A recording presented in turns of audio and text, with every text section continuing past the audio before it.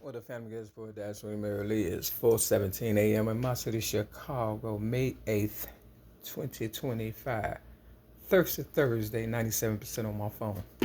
I'm gonna talk all the way to 429, which is my ex-girlfriend birthday, April the 29th.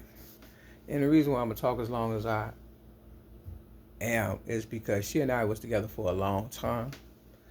I met the lady, and I'll call her lady being nice, while I was selling general merchandise, music to be exact, on the 87th Street platform of the train station.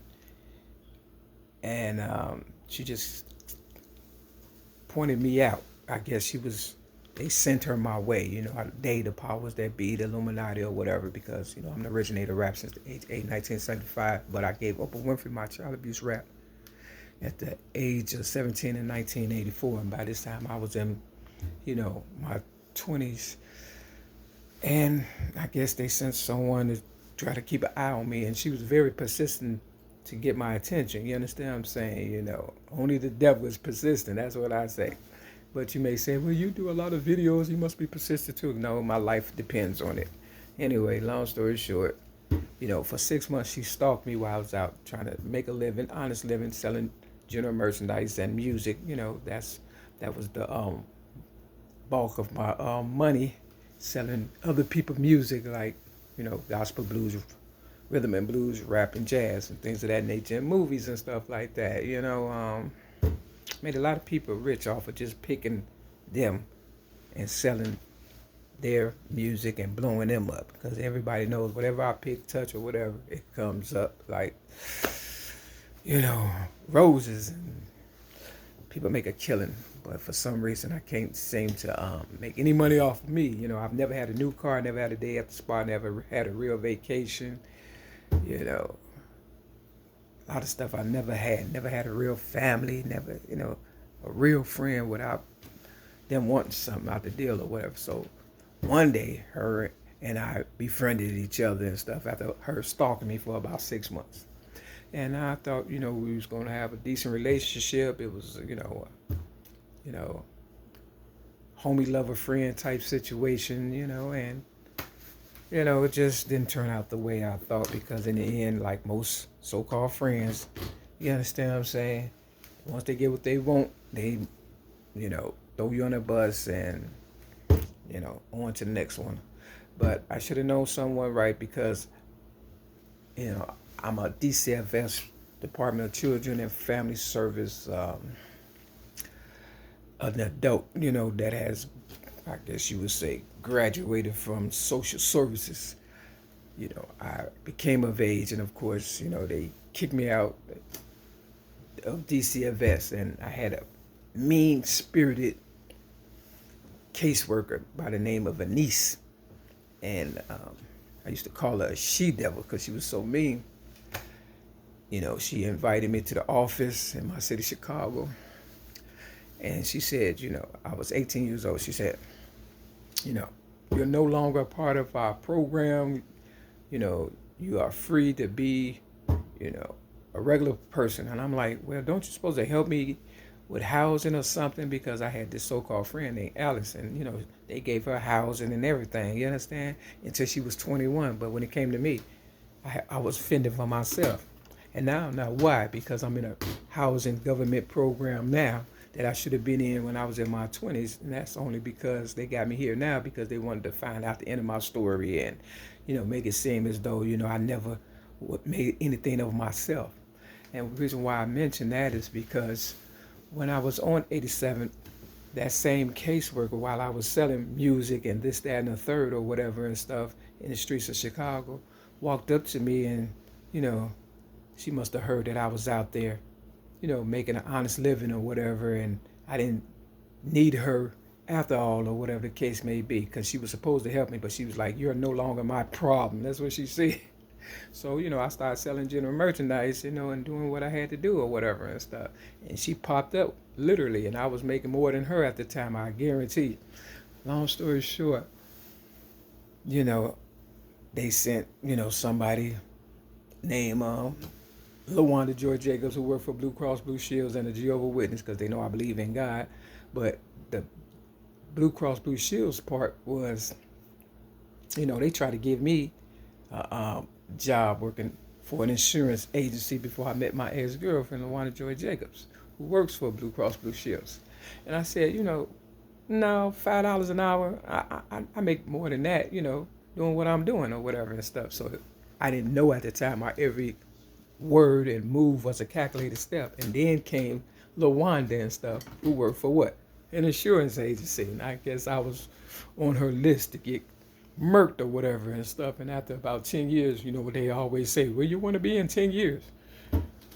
I didn't realize, she was going to come up off of me and, throw me under the bus and stuff like that. So as a result, she and I are no longer friends because she, was working for the people. And when she told me she knew Oprah Winfrey, or Oprah Winfrey complimented her on her jacket or coat or whatever, and I had already gave Oprah my child abuse rap at the age of 17 in 1984, and I still haven't gotten back with her. When you think about it, on the come up, everybody knows each other. Until they come up, then they don't know you no more, right? They don't need you, right? So that's the story of my life. All my life I had to fight. So, as a result, I thought she was a friend, LaWanda, just like everybody else. And, they came up off of me and that was that or whatever and stuff. I was a friend to them, and I really thought we'd be friends, forever. You understand?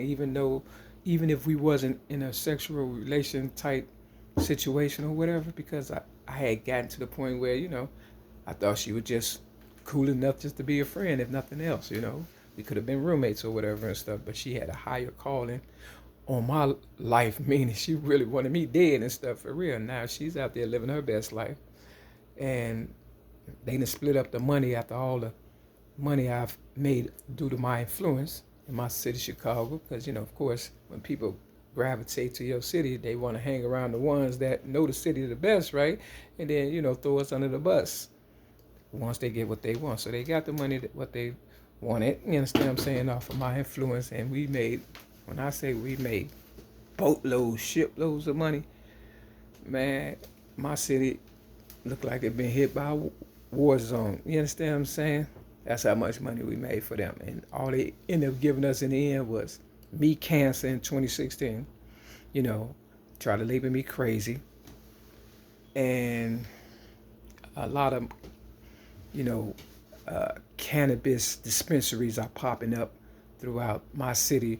People are smoking and doing the most, whereas I had, because I don't drink, drug, or smoke or fornicate or whatever and stuff.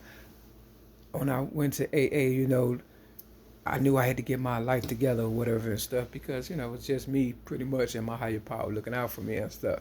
And I wanted to leave a good legacy or whatever. But of course, they flipped it in 2008 when I was driving.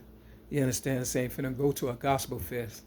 They pulled me over, the police talking about, tinted windows.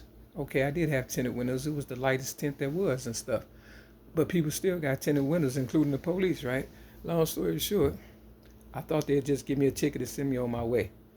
They harassed me, told me to get out the car, this, that, and the third, and I felt like they was harassing me. Then they pulled me down from behind, maced me, and gave me my first felon. Now I'm in AA doing all kind of good work. I'm a pillar of my community. I had a little business, had a relationship, I had, a car, this, that, and third, and everything.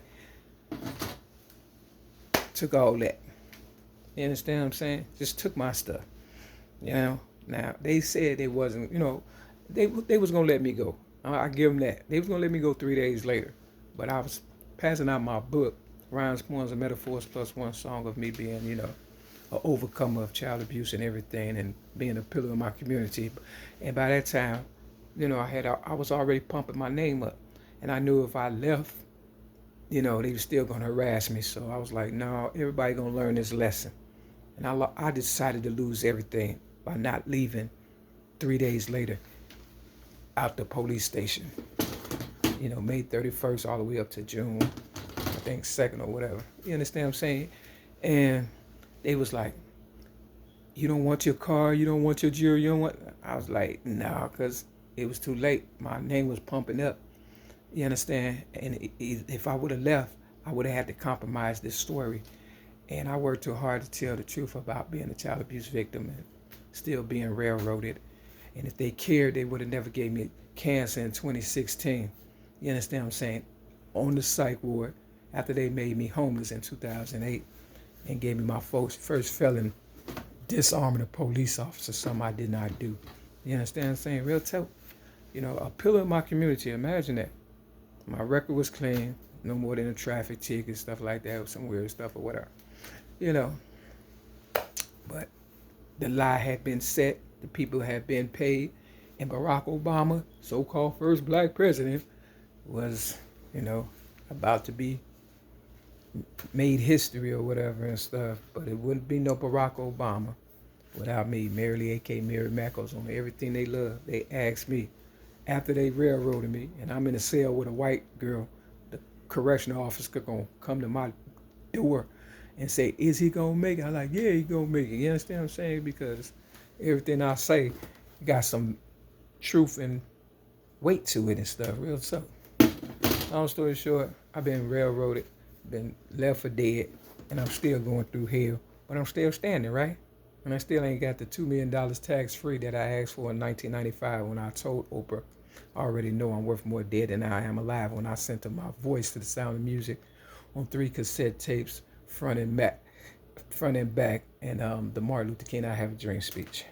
She used my story like she did in 1984. She's been using it. It's been over 30-some years she's been taking advantage of me, and 52 years of me standing up for myself for being a child abuse victim.